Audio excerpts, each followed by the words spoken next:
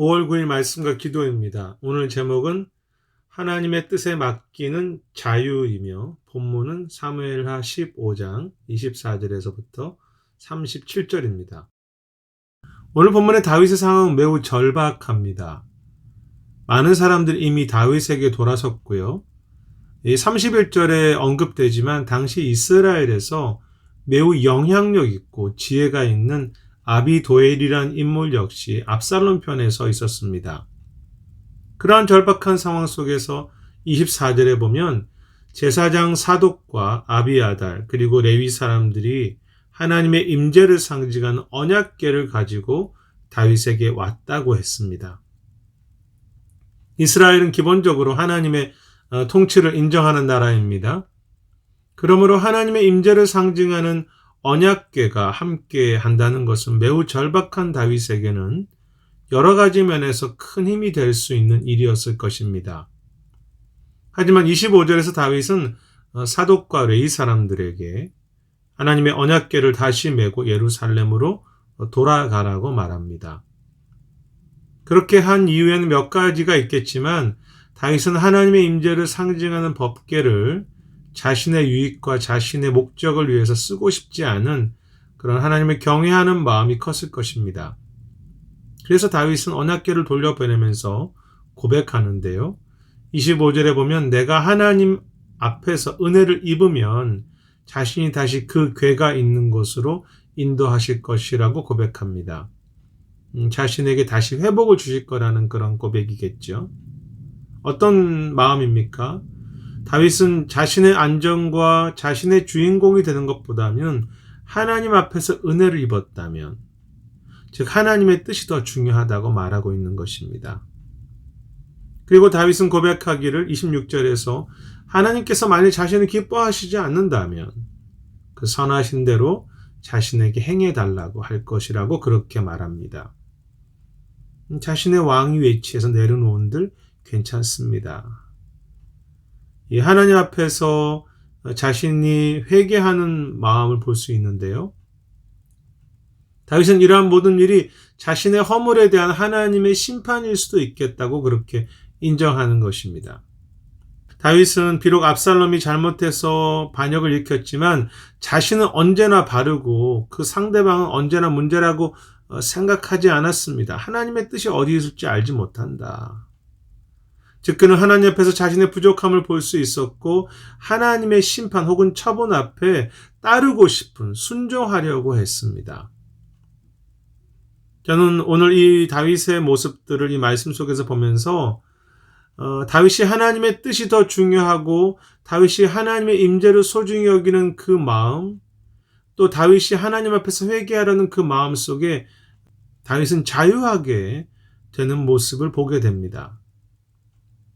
다윗은 자신이 더 이상 왕의 위치에 있지 않아도 하나님의 나라가 세워진다는 것을 인정하고 있었습니다. 자신의 그 안전함, 자신이 붙잡고 있던 왕이라는 위치에 더 이상 묶이지 않았습니다. 자신은 실패하지만 하나님의 뜻은 계속해서 세워질 수 있다는 것을 인정하면서 그 하나님의 나라와 그 뜻이 계속 세워지기를, 그 뜻을 따르기를 원했습니다. 내 계획, 내가 중요한 사람이 되는 것, 나의 어떤 위치와 내가 인정받는 것, 다윗은 이 사건 속에서 이 실패 가운데 그러한 모든 것들로부터 자유해져서 하나님의 뜻과 하나님의 계획과 하나님의 선하신 그 하나님의 나라를 인정하면서 그것을 더 소중하게 바라보고 있습니다. 그러한 자유해지는 것, 그러한 모든 것부터 자유해지는 것이 하나님의 뜻에 맡기는 삶에 주신 은혜이고 축복이 아니겠습니까? 하나님을 사랑하기에 나의 실패와 내가 주인공 되지 못하는 것과 내가 사라져가는 것을 받아들이고 인정하고 감사할 수 있는 것. 하나님께 맡기면서 진정한 자유를 누릴 수 있는 것. 그리고 그것은 주님이 우리에게 주신 은혜의 장소 십자가라고 생각합니다. 나의 모든 죄와 나의 모든 욕심과 두려움을 주님 앞에 내려놓을 수 있는 것. 그래서 불필요한 모든 것에서 자유하게 하시는 십자가이지요.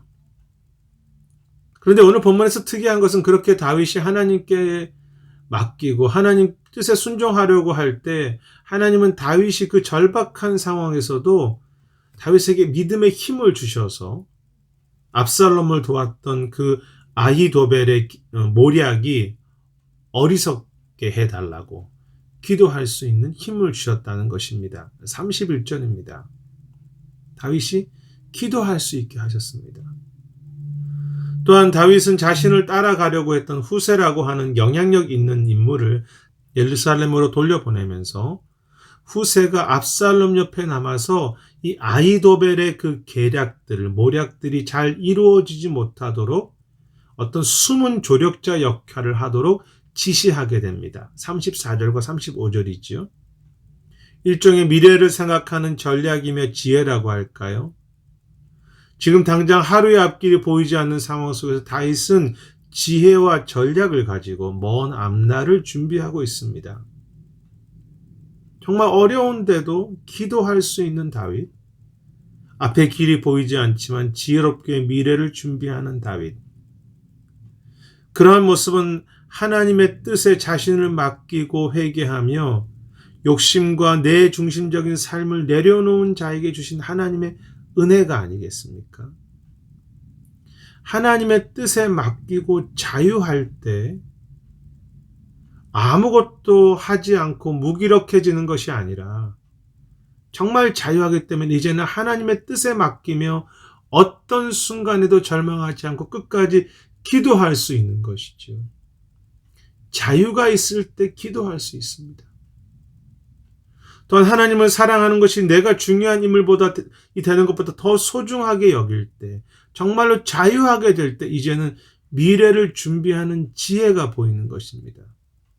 오늘 내 문제에만 갇혀 있으면 오늘 내 상황이나 미래가 바르게 보이지 않지만 자유하게 될 때 오늘에 낭망하지 않고 하나님의 인도하심을 믿으며 지혜로서 미래를 준비하고 오늘 최선을 다할 수 있는 것이죠. 다윗은 그렇게 선한 인물은 아닙니다. 하지만 하나님의 주권과 하나님의 임재와 하나님의 계획이 그에게 어떤 것보다 소중했던 삶이었기 때문에 그는 자유했고 그는 기도할 수 있었으며 그는 미래를 바라보며 오늘을 준비할 수 있었습니다. 어쩌면 우리는 너무 오늘이라는 상황, 내가 중요한 것에 너무나 붙잡혀 있기 때문에, 즉 자유하지 않기 때문에 진정한 기도도, 진정한 미래를 향한 지혜도 놓치고 있지 않습니까? 비록 오늘 나의 삶의 위치에서 내려놓아야 하는 아픔이 있고 실패하는 것 같은 문제가 있지만 진행되는 모든 일이 내 계획과 다른 그런 미래일 수 있고 오늘의 상황일 수 있지만 주님께서 선하심과 온전하신 뜻으로 우리의 미래를 인도하신다는 그 소망과 순종하는 마음을 가지고 오늘도 다윗처럼 내가 주께 은혜를 입으면 나를 돌아오게 하시며 그렇지 않으면 주께서 선하게 여기시는 대로 내게 행하소서라고 그렇게 고백할 수 있는 그런 진정한 주께 맡기는 그런 자유한 우리의 삶이 되기를 소망합니다. 더 주께 맡김으로 더 자유하며 더 주께 맡김으로 더 기도하고 더 미래를 소망하면서 오늘의 최선을 다할 수 있는 그런 우리 모두가 되시기를 주의 이름으로 축복합니다.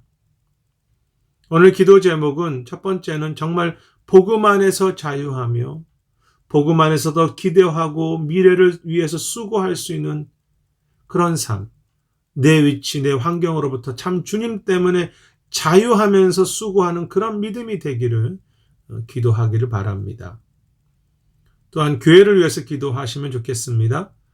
내 욕심으로 내가 중요한 그런 교회가 아니라 내려놓고 주님을 따르며 진정으로 자유하되 더 기도하는 공동체, 더 미래를 위해서 지혜롭게 오늘을 수고할 수 있는 그런 깨어있는 공동체가 되도록 위해서 기도해 주시고 교회 리더들과 모든 사역을 위해서 기도해 주시기를 바랍니다.